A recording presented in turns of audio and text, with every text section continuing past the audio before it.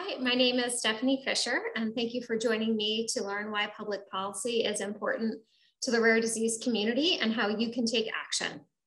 Just a minute or two on my background. Out of college, I worked for my local member of Congress. I spent 5 years in his campaign and local offices, and then I spent 4 years doing his communications on Capitol Hill. It was actually when I was in his office when a rare disease that I didn't know I had caused a stroke when I was 29. And that was my entry into the rare disease community. After that, I spent time at the biotech and pharma trade associations before leaving to join the EveryLife Foundation for Rare Diseases. I've also consulted for Global Genes. I currently am the Director of Patient and Biopharmaceutical Industry Engagement at the MPN Research Foundation, and I serve on the Pennsylvania Rare Disease Advisory Council. I do want to mention that any policy positions that I mentioned in this presentation are my views alone and don't represent the opinions of any other organization. So let's get started. So what is public policy and why does it matter? So public policy is a set of actions that the government at the state or federal level can take to approach a problem that affects society as a group rather than an individual person's problem that wouldn't apply to others. So public policy through legislation and regulation can address some of the challenges that are faced by rare disease patients and their families. Legislation is created by the legislature, again, at the state or federal level, and then would be signed into law by either the President of the United States or the governor of your individual state. And regulation is done by federal agencies such as the Food and Drug Administration or through a local or a state Department of Health. So I'm in Pennsylvania, would be my state Department of Health. And so these are for really broad issues, especially for rare diseases. Between 90 and 95% of rare diseases have no treatment approved by the Food and Drug Administration. So many of us are left to deal, if we have any treatments, they're off-label. And so for the rare disease community, how to encourage the development of new treatments. And then once they are developed and approved by the Food and Drug Administration, there are laws and regulations at the federal and state level that impact how easy or difficult it is for a patient to access that treatment. One example of legislation that benefited the rare disease community is the 21st Century Cures Act that was signed into law in December 2016. It was a bipartisan effort that actually started in one Congress, and those efforts continued through the next Congress, which is somewhat unusual. There were hearings, there were white papers. The lead sponsors were both leaders on the House Energy and Commerce Committee. They sought input from patient advocacy organizations, medical specialty groups, biopharmaceutical companies, and even academic researchers, or how to improve the process of discovering, developing, and then distributing new treatments to the patients who need them. Again, this was a group effort throughout the entire process, even getting it signed into law. And some of the benefits were $4.8 billion in new funding for the National Institutes of Health and $5 million in new funding for the Food and Drug Administration. The same leaders, Representative Upton, who's a Republican, and Representative DeGette, who is a Democrat, they're actually working on Cures 2.0. So I'm excited to see, again, already soliciting feedback from a range of stakeholders. So I'm excited to see some of the proposals that will come up to continue this effort to improve the discovery development of new treatments and then ensuring that patients have access to them. Another bill that was seen as really instrumental in the development of new treatments for rare diseases is the Orphan Drug Act of 1983. In the decade before this act was passed, only 10 medicines were developed by biopharmaceutical companies for rare diseases.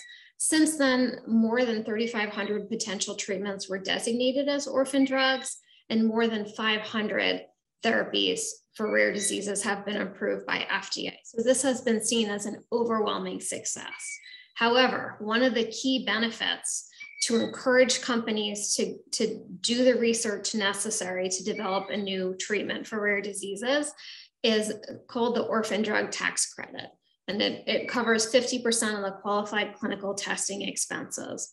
Well, in the Comprehensive Tax Cuts and Jobs Act of 2017, this benefit was cut in half. In the House bill, it was actually eliminated. So it went from 50% to 0%. And in the Senate bill, it was reduced to 27.5%. The National Organization for Rare Disorders led efforts to defend that tax credit.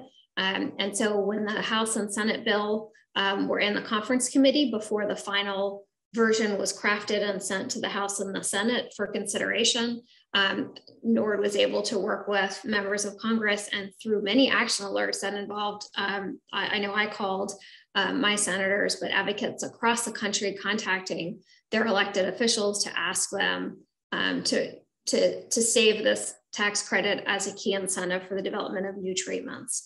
And so again, instead of being eliminated, it was cut in half. So this is an example of legislation that works in the Orphan Drug Act, but also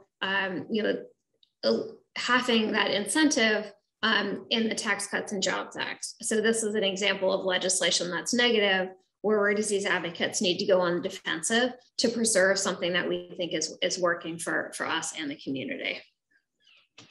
So what did we learn from the Orphan Drug Act, 21st Century Cures, and the cut in the tax cut legislation? So the first is the ongoing of education of members of Congress is critical. In the US House, every 2 years, members stand for election. So that means every 2 years there are new members of Congress, members of the House of Representatives. Senators have 6-year terms, so every 6 years there are new senators, and then staff can turn over in those offices on a regular basis. And so we also, members of Congress, I can tell you from my time on the Hill, they hear from a range of members, and staff hear from a range of people every day with competing interests. And so they need to hear from members of their community at home, what are the challenges faced by rare disease patients and families, and what can they do to help them? And so this is not I saw my member of Congress once and I'm done. It's like any relationship, it takes some work. And so, telling your story once is important, telling them how they can help your family or you, and then following up. And I can tell you as a former congressional staffer, building a relationship with staff is really important. Yes, the member of Congress ultimately is the one who agrees to sign on as a sponsor or co-sponsor of legislation, and it's the member who goes to the floor to cast his or her vote. However, it's the staffer who does a lot of the background work. They're the ones that might be drafting legislation. They might be contacting their peers in other offices. If their boss is a lead sponsor, they're going to be contacting other offices and asking them to co-sponsor. I will say in my time with EveryLife Foundation for Rare Diseases, we saw multiple examples of staff members who met a rare disease patient, really bonded with him or her, and then they took their passion for the rare disease community with them when they left that office to go to another congressional office. And so then that staff member was the rare disease champion to the new member of Congress for whom they worked. And so it is an investment of time. And then numbers matter. Every time I do a rare disease advocacy, whether it's on Capitol Hill, whether it's a virtual meeting, I remind myself that there are so many rare disease patients who are not in a position to attend or participate. Maybe they're too sick that day. And so I take it as a responsibility that I'm well enough to advocate. And so I want to help be a voice to the many people who aren't able for whatever reason to participate. And so in addition to engaging patients and caregivers and care partners and researchers, each one of us can try to engage our neighbors or family members. If you're newly diagnosed, you might have people asking, what can I do to help? And so this can be a concrete example of, there's a bill coming up. And I'll get into more detail later. I don't want this to be overwhelming. This is a concrete thing that you can ask for people who want to support you as a rare disease patient or a rare disease caregiver or care partner, or if you have a family member as the one who's impacted by cutaneous lymphoma. This is something concrete that you can ask them to do, and it just takes a few minutes to send an email or call their member of Congress. And finally, another big learning is, in addition to championing legislation like 21st Century Cures that would benefit the community, we also need to be on the lookout and actively oppose legislation that would be harmful. The tax cut issue was one. Another, a few years ago, there was a bill that actually passed the House of Representatives that would weaken the Americans with Disabilities Act. Fortunately, it wasn't considered by the Senate, so the bill died in that Congress, but that is something that could have a significant impact on some people in the rare disease community. So we can't take kind of the few incentives we have, we can't take any of our victories for granted because they could be reversed by future Congresses. So we have to pay attention. Again, you have the Cutaneous Lymphoma Foundation and Susan and her team looking for opportunities to support legislation that would be helpful, and also to play defense for any legislation that could be harmful to your community. And so I realize that this can be intimidating. It shouldn't be. I don't want to, I wouldn't say this in your meetings, but you do pay the salaries of members of Congress and their staff, and also state legislators. And so they should want to hear from you as a member of their community. I can tell you, when one of my roles with the congressman from my area was outreach director, and it was a continual challenge of how can we meet new people. He heard from the same people every year at the Chamber of Commerce. He saw almost the same people every year at the Rotary Club, and it was a really struggle to figure out how can I reach people who I haven't met before and find out what's important to them, and so that I can keep that in mind as I'm setting my legislative priorities, and I can, once they've met me, hopefully they'll stay in touch and let me know if I have a vote coming up, if it's important to them. If they have an opinion, I want to hear that. And so we actually had a banner and a card table, and we would go and stand out in front of grocery stores, which it turned out, even outside of a pandemic, was not well received because people just wanted to get their grocery shopping done and go home. But I just wanted to mention that as an example of members of Congress should really want to meet their constituents. They should want to meet you, and they should want to hear your story, and learn what's important to you. That's part of doing their job. So don't, and also you are not expected to be an expert on any specific public policy. The only thing that you're expected to be an expert in is your own lived experience. And how you choose to share that, how much you want to share, is completely up to you. But for any of these issues, the Cutaneous Lymphoma Foundation is a resource, and the foundation partners with others like the Haystack Project and the Everylay Foundation for Rare Diseases. They'll have fact sheets. You can always say, I don't know the answer to that. Let me follow up with you. And so no member of Congress, no staff member should ever expect you in a meeting, to drill down really deep into the weeds. It's just, this is a broad policy issue, and I think it would help me and others like me based on my experience. And so I just want you, these are regular people like you or I, and they should want to hear from you. So don't be intimidated, get started, as Ron Bartek of the Friedreich's Ataxia Research Alliance said in the meeting. And so establishing a relationship with your elected officials and their staff is sort of like any relationship. It's not, sending an email once every 3 years. It is, somewhat staying in touch, call, email. If you're able to meet with your US representative and senators on a regular basis, either in person or a lot of meetings last year and this year are virtual. That's a great option. It makes it a little bit more accessible because you don't have to travel. I will say it's not quite as satisfying as sitting down with someone and looking them in the face, but it's easier to participate without having that transportation and the logistics to consider. Share the elements of your story that you're comfortable sharing. Again, that's up to you. You don't want to get into great detail. I was once in a meeting where someone brought an inch stack medical record. So you don't want to get into that detail, but just really the high level. When I'm meeting with a member or a staffer for a member, I try to relate to them by saying, I was working in the Rayburn House office building when I had a stroke from a rare disease that I didn't know I had, as a way to try to catch their attention. Like, wow, well, if she didn't know she had a rare disease, do I have one? She was in an office building. Maybe it's the same one that we're meeting in at the time. But again, as a way to try to relate to them. If after your first meeting, if you had previously asked them to co-sponsor legislation or voting for a bill, and they did, follow up and thank them. Either a quick note to the staff member. I'm going to talk a little bit about how you can use social media for advocacy, send them a tweet, tag them in a Facebook post to say thank you.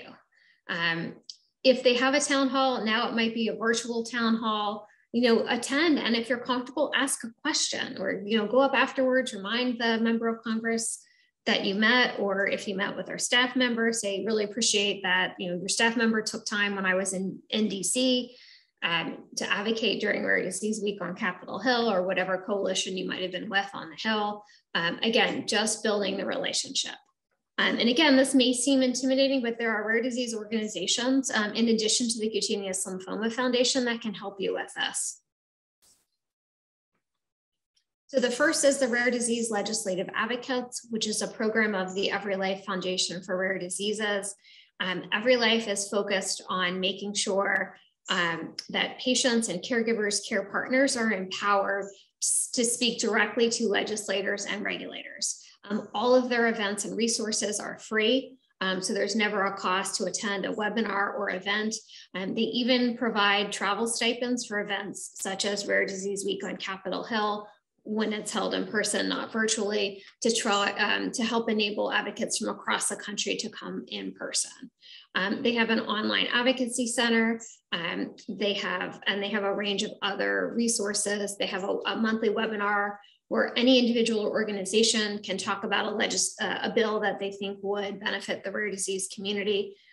Sometimes members of staff will have their staff speak. And they might be circulating a letter of support for the legislation. And so they join the webinar to ask organizations to sign a letter of support. Questions are welcome. And there is a range. There are people might be brand new to the webinar, and there might be people who work for rare disease organizations to lead their policy efforts. So there's really a range of knowledge and legislative background, and all abilities and backgrounds are welcome. They are held during the day, and so the recordings are available afterwards. Understanding not everyone can join midday if they happen to work. There's also monthly newsletters with updates on policy news, action alerts from a range of rare disease organizations, not just RDLA or the EveryLife Foundation, and upcoming events, including congressional briefings and public workshops hosted by the National Institutes of Health and the Food and Drug Administration. Rare Disease Week on Capitol Hill is really fun. I encourage you to check it out. Again, outside of the pandemic, it brings around 900 advocates from across the country. There's a full day legislative conference to help people understand the key policy issues, to take questions, to meet other people from your state who will be in the meetings with you for the senators. There's a role play session so you can learn what to do and what not to do in your congressional meetings. There's also, the timing is, in addition to the events hosted by RDLA, for the last few years, there's also been Rare Disease Day at FDA and Rare Disease Day at NIH. So it's a chance to hear from both of those federal agencies what they're doing that's particularly relevant to the rare disease community. And then, so that's usually around Rare Disease Day, or that is every year, except this year, because of the pandemic, it's timed around Rare Disease Day, which is the last day in February. So it tends to be late February, early March. And then Rare Across America is that facilitates meetings for advocates with their members of Congress in their local offices. This year, because of the pandemic, that was virtually, but that's during the summer district work period. So that's the July-August timeframe. And again, these events are free for Rare Across America.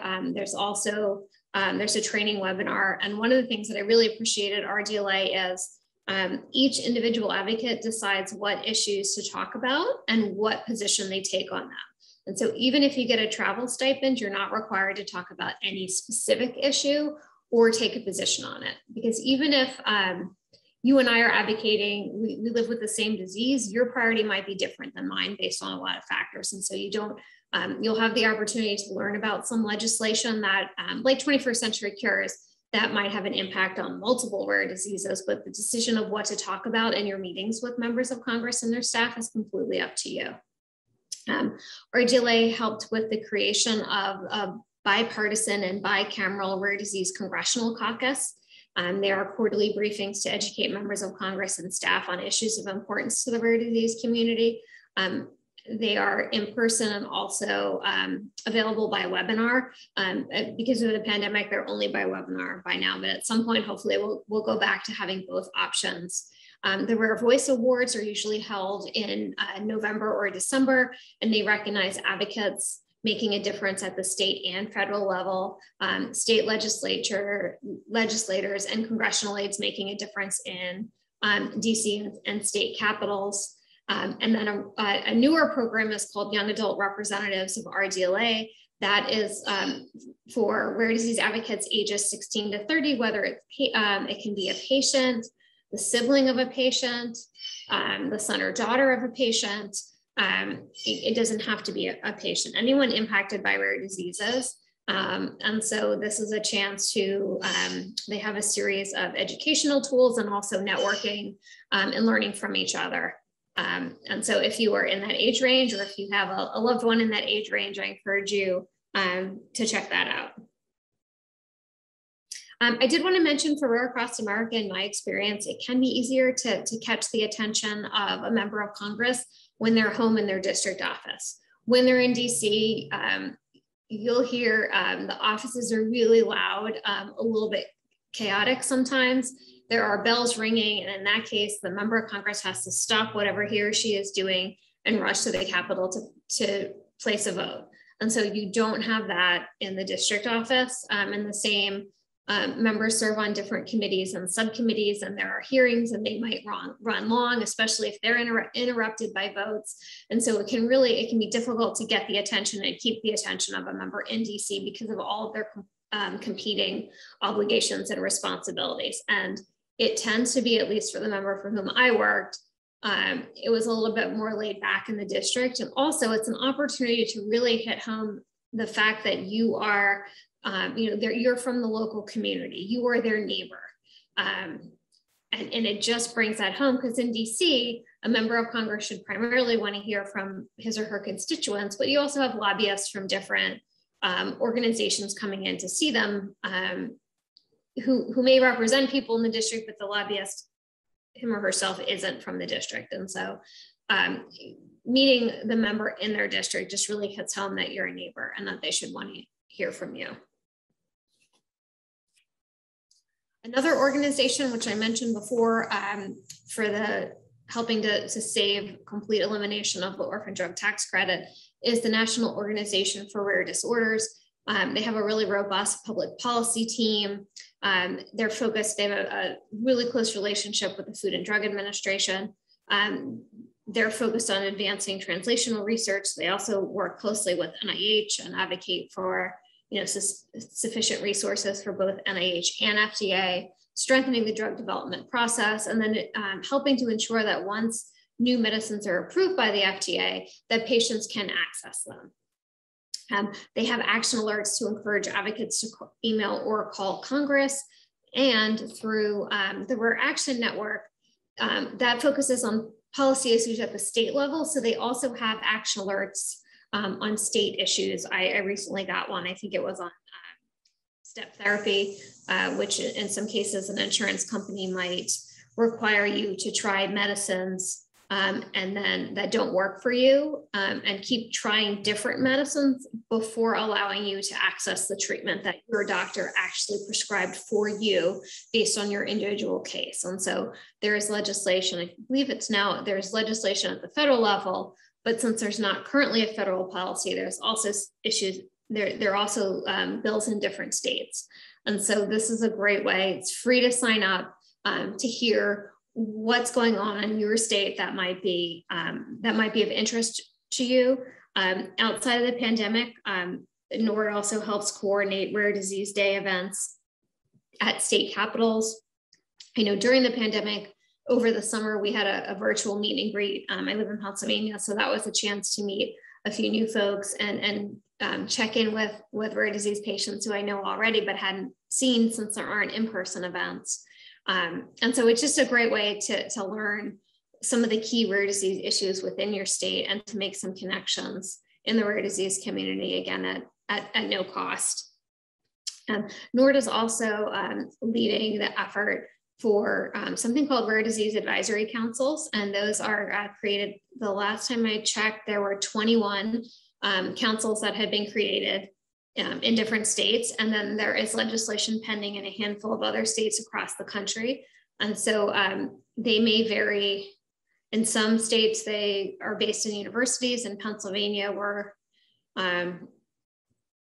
we feed information into the Department of Health, but we don't necessarily sit under them. So they don't have to sign off on a report or anything like that.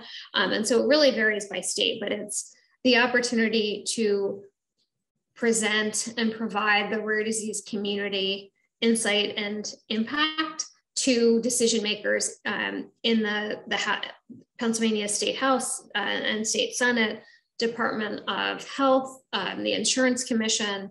It's an opportunity to provide input on policies and regulations that can impact the rare disease community. And so NORD has that information. You can go to their website and go to your individual state page, and you should see if they have a Rare Disease Advisory Council. In some states, New Jersey's legislation was passed relatively recently, and there was an opportunity for advocates to submit their resume to see if they could be appointed. And so there may be an opportunity to participate in a Rare Disease Council in your state. And the Rare Action .org page of NORD's website is a great starting place if you might be interested in providing that feedback. So I know I gave you a lot of information. First steps, if you don't already know, look up your US representative and senators based on your home address. Follow them on Twitter or Facebook, visit their official websites and sign up for their email newsletters. That's a great, all of this is part of kind of doing your due diligence and finding out what's important to them. Which committees do they serve on? So something like a health committee, I mean, that's going to have jurisdiction over, if it's a federal level, FDA, if they're appropriations committee, then they're going to have some input on funding at FDA and NIH. And so kind of think through when you're getting ready to meet with a member or a staff member, look at their social media, look at their websites, look at their newsletters. Where are they spending their time? Where are they spending their energy? And again, part of building a relationship is paying attention. And so for instance, I get email newsletters every week from my member of Congress. And so, if he tours a lab where I get my blood draw to see if my blood counts are in the right range, that might be something that I mentioned to him. Again, just a way to remind him that I'm in his community, what my experiences are likely be relevant to others in the community, who might be going to that lab office. So just part of understanding and making connections. Also, so sign up for the RDLA emails, for the monthly newsletters and action alerts and upcoming events. And then sign up for the National Organization for Rare Disorder emails. And that'll also give you newsletters with upcoming events and action alerts. So one of my favorite topics is using social media for advocacy. And so if you meet with your member of Congress in the office, the only people who know that are you and then the representative and the staff. But if you take that and share a picture and a few notes on social media, then more people know about it. You can reinforce that you asked the representative to co-sponsor legislation. You could mention that you asked them to sponsor legislation and he or she did. And so that the social media is a way to thank them. Again, members of Congress are trying to figure out how to reach more people. And so by tagging them in the post and thanking them for taking the time, this is a really positive way to, again, develop that relationship that will be meaningful over time.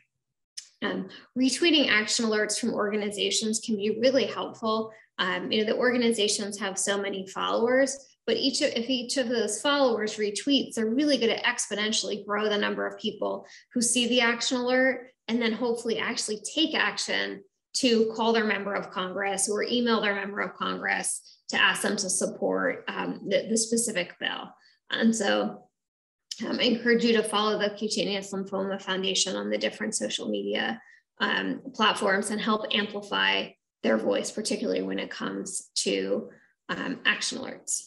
And I find it helpful sometimes to put in some examples. I will say, so if you're starting, don't worry, starting small, just start. You may not have a lot of followers on Twitter, but over time, as you share more information, it's particularly when you're tagging organizations, when you're tagging members of Congress, you should see the number of followers grow. If you're using social media for advocacy, it is important. For instance, on Twitter, if your Twitter account is set to private, only a handful of people, the number of people who you follow will see it and they can't share it. And so if you are going to be using Twitter for advocacy, I encourage you to make it public.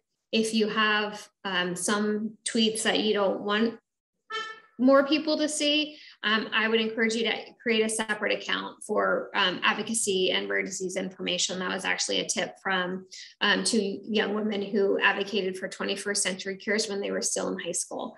And they were giving tips to young adults of, we each have one Twitter handle for fun or Instagram handle for fun. And then we have another for public policy because we want members of Congress and the media, we want to be taken seriously.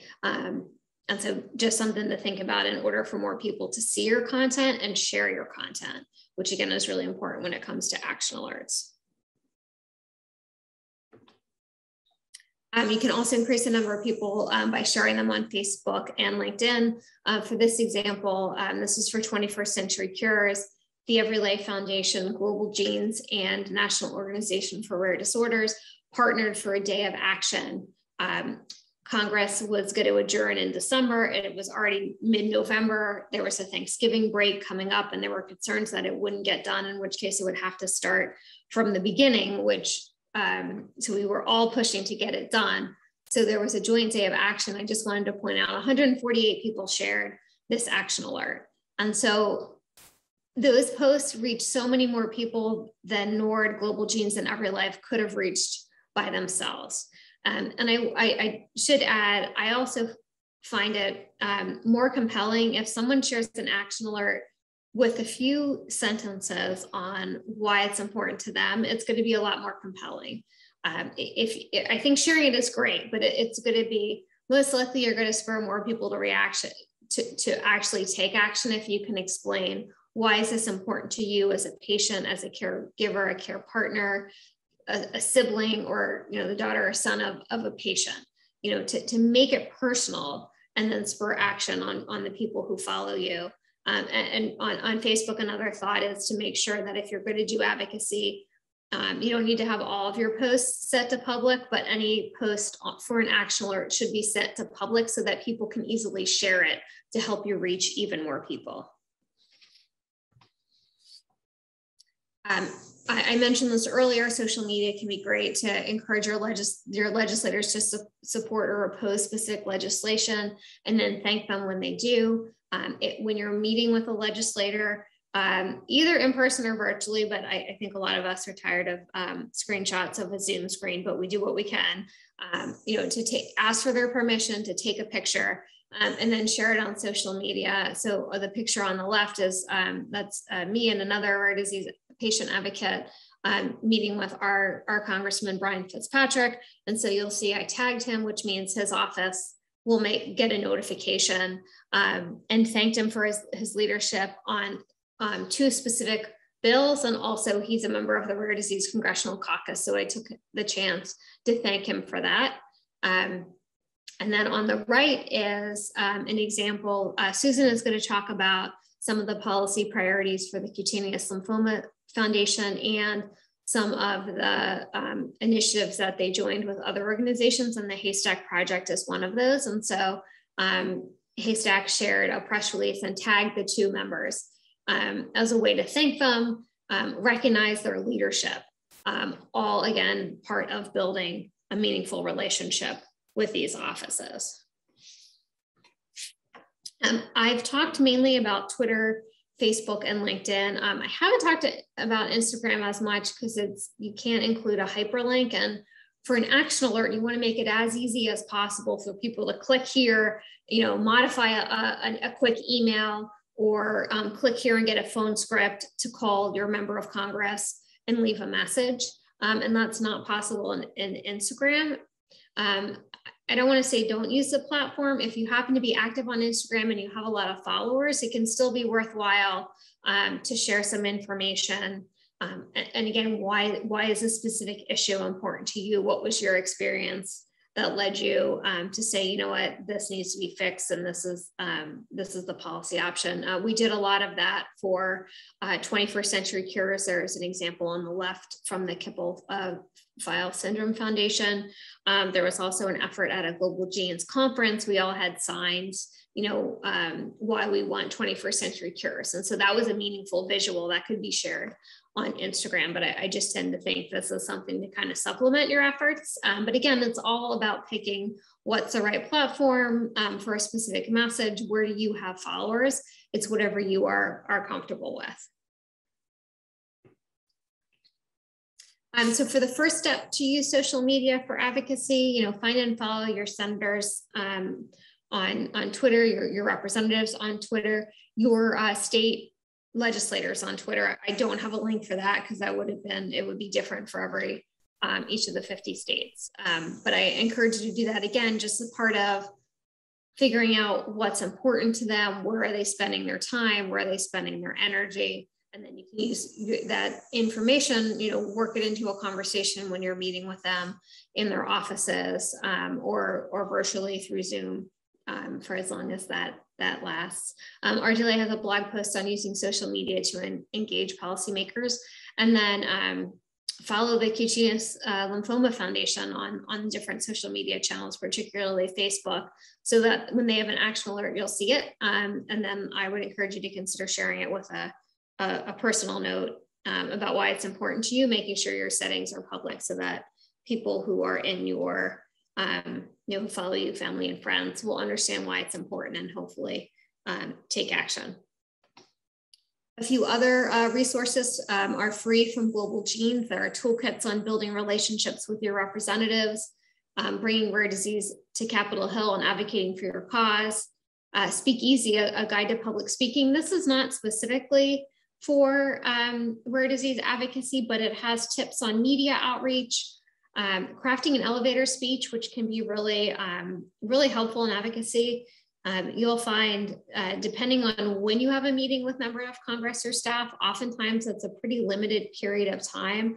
And so you want to think through which part of my story as a rare disease patient or caregiver, care partner, sibling, child, what's most meaningful and what am I comfortable sharing? And so this can help, the guide can help you think through that to build the right kind of elevator speech for a specific opportunity. It also talks about how to find opportunities. So is it, is your Rotary Club looking for speakers? It helps you identify or create opportunities for speaking opportunities. And so if you want to, for raising awareness, but you could also have the advocacy tie of this is important to me and I'm encouraging, Congress to do X or Y.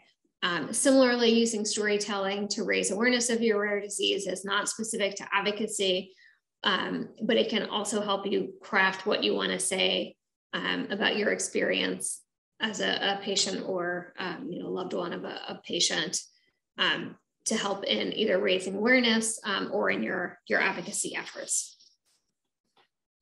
I know I gave you a lot of information. This PowerPoint will be available. Susan is going to provide an overview of some of the public policy priorities of the Cutaneous Lymphoma Foundation and some of our partners, including the Haystack Project. And hopefully this will be helpful and you're ready to get started. Again, it only takes a few small steps.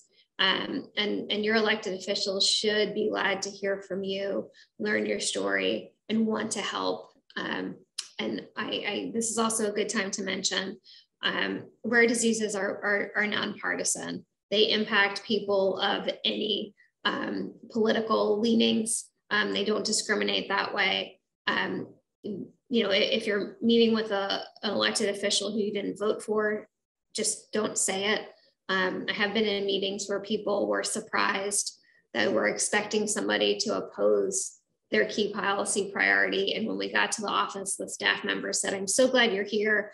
We actually are in the process of introducing a bill specifically aimed at helping rare disease patients and caregivers, and I would love your feedback on it." And so, you know, it's part of a relationship. And so highlight where you agree and look for other areas of agreement, and for where you disagree, you know, try to move past that. You know, with any relationship, it's positive reinforcement and ongoing education will help set you up for success. You can find me on Twitter and Instagram as Rare POV. If you have any questions on this presentation, feel free to reach out there, or LinkedIn. And I hope this encourages you to take action on some of the issues that Susan will discuss. Thank you so much.